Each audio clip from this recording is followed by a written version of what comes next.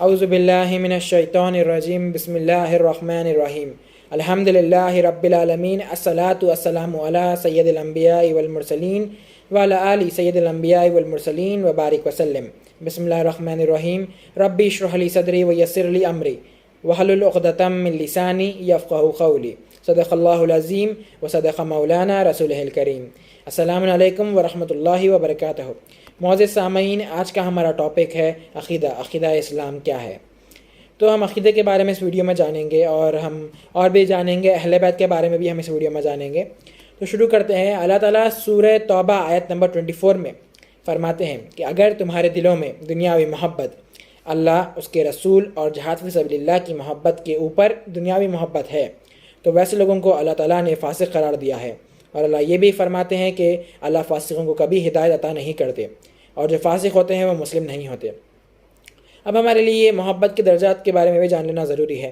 محبت کے 3 درجے ہیں، محبت کو ملا کر 3 درجے ہیں ٹوٹل۔ پہلا ہے محبت، پھر مودت، پھر اس کے بعد عشق۔ عشق کرنا ہے ہم کو صرف اور صرف اللہ، اس کے رسول اور جہاد فی سبیل اللہ سے، اور مودت کرنا ہے ہم کو صرف اور صرف اہل بیت سے۔ اور محبت ہم کر سکتے ہیں ہمارے ماں باپ سے، بھائی بہن سے، خاندان والے، رشتہ دار، اولاد اور اولیاء، انبیاء، یہ سب سے ہم محبت کر سکتے ہیں۔ تو آگے بڑھتے ہیں اب اہل بیت کے بارے میں جاننے کے لیے۔ اکثر لوگوں کو معلوم رہتا، بعض لوگوں کو معلوم رہتا اہل بیت کون ہے، اور بعض لوگ کنفیوز رہتے کہ اہل بیت میں کس کو کاؤنٹ کرنا چاہیے۔ تو ہم اب پہلا ریفرنس ہمارا ہے حدیث قصہ کا۔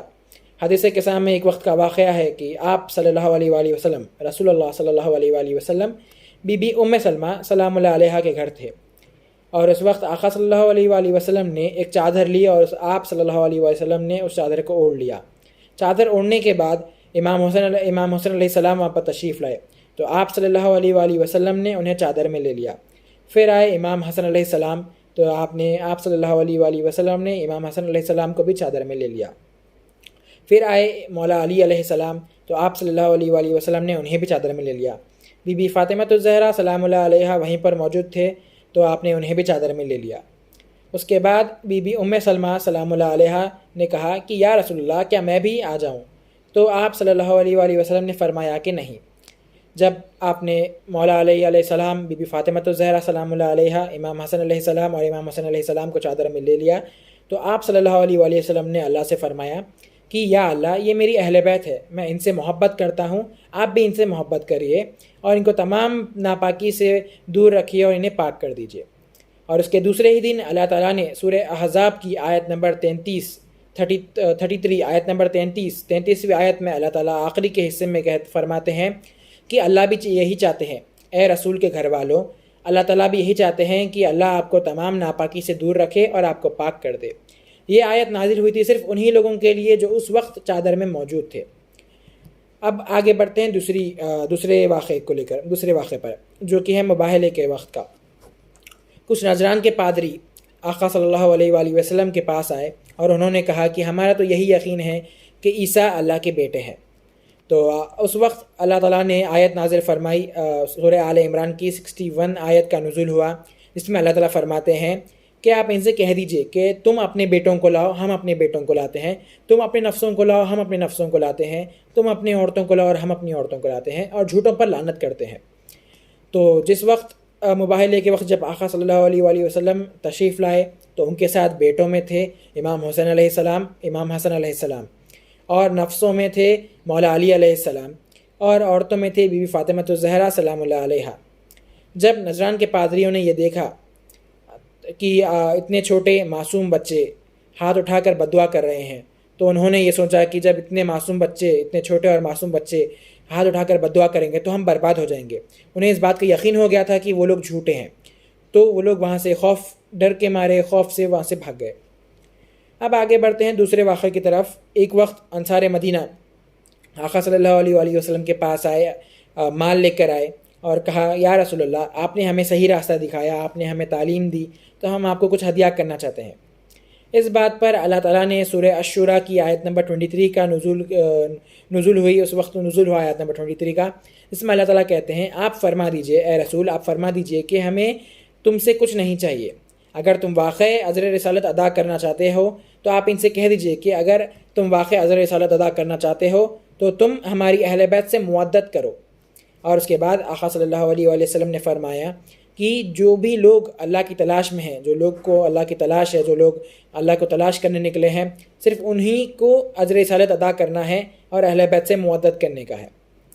اور اس کے بعد ایک اور ایک واقعہ یہ بھی ہے کہ اکثر آقا جبھی بھی اپنے گھر سے نکلتے تھے، کہیں کا سفر طے کرتے تھے آقا، یا کبھی بھی آقا گھر سے باہر جاتے تھے، تو جبھی بھی بی بی فاطمہ الزہرا سلام اللہ علیہا کے گھر کے سامنے سے گزرا کرتے تھے آپ، تو آپ صلی اللہ علیہ وآلہ وسلم وہاں پر رک کر بلند آواز میں سلام بھیجا کرتے تھے۔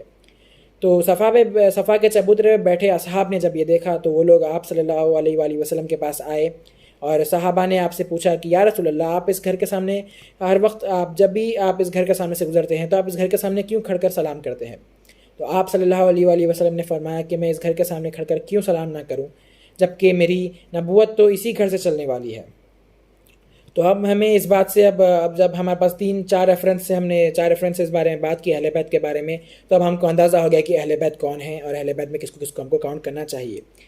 اور ایک ضروری بات یہ ہے کہ لوگ اکثر حدیثوں کو بزرگ قرار دے دیتے اور حدیثوں کو ضعیف قرار دے دیتے، جو کہ بہت بری بات ہے، کیونکہ ضعیف قرار دے دینا اور بزرگ قرار دے دینا جو کہ بہت بری بات ہے، کیونکہ حدیث بھی اور قرآن کے آیتیں بھی اللہ تعالیٰ نے وحی کے ذریعے نازل کی ہے۔ دونوں بھی چیزیں وحی کے ذریعے نازل ہوئی تھی، حدیث اور قرآن کی آیتیں، تو دونوں کا درجہ ایک دم سیم ہے۔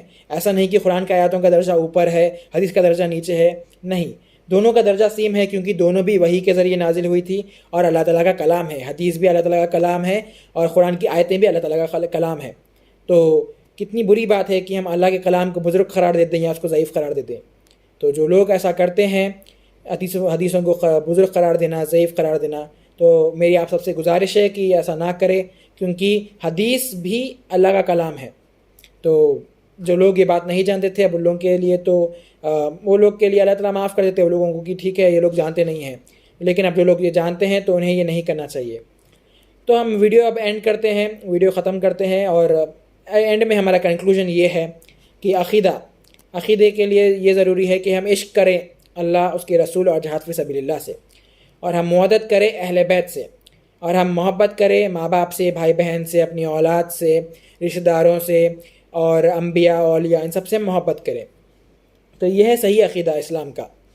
تو اور اسلام کے صحیح عقیدے کے بارے میں تفسیر ویڈیو جاننے کے لیے ڈسکرپشن میں لنک دے دوں گا آپ لوگوں کو، تو آپ لوگ وہ لنک پر کلک کر کے، ڈسکرپشن میں سے وہ لنک پر کلک کر کے آپ لوگ ایک تفسیر ویڈیو عقیدے کے بارے میں دیکھ لے سکتے۔ تو اگلی بار تک کے لیے انشاءاللہ اگلی ویڈیو میں پھر ملاقات ہوگی۔ اللہ حافظ، وآخر الدعوانا والحمد للہ رب العالمین، والصلاۃ والسلام علی سید الانبیاء والمرسلین وعلی آل سید الانبیاء والمرسلین وبارک وسلم۔